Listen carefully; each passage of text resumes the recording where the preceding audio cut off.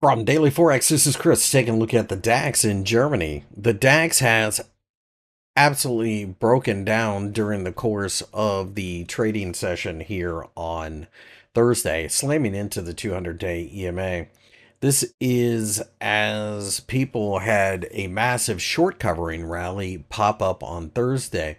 This tells me that the massive rally in both the United States, because I've done analysis on the S&P 500 today as well, and in Europe was mainly short covering because there was no follow through and we have just collapsed since then.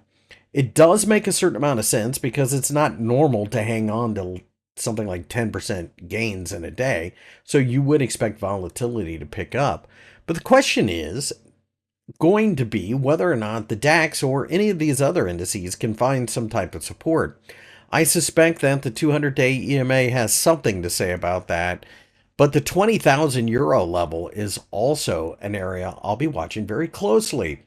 If that can't hold, then I don't know that anything's changed other than it was a reprieve. Think of it this way. If you're a large money manager and you have a lot of money in stocks and you get a chance to get out with a small loss or possibly even a little bit of a gain after the meltdown, you're going to press that sell button and get rid of that inventory.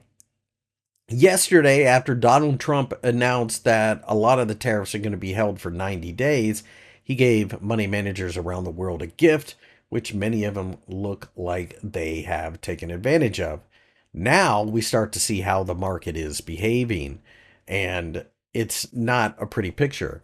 The question now is whether or not we can build some type of basing pattern in this area.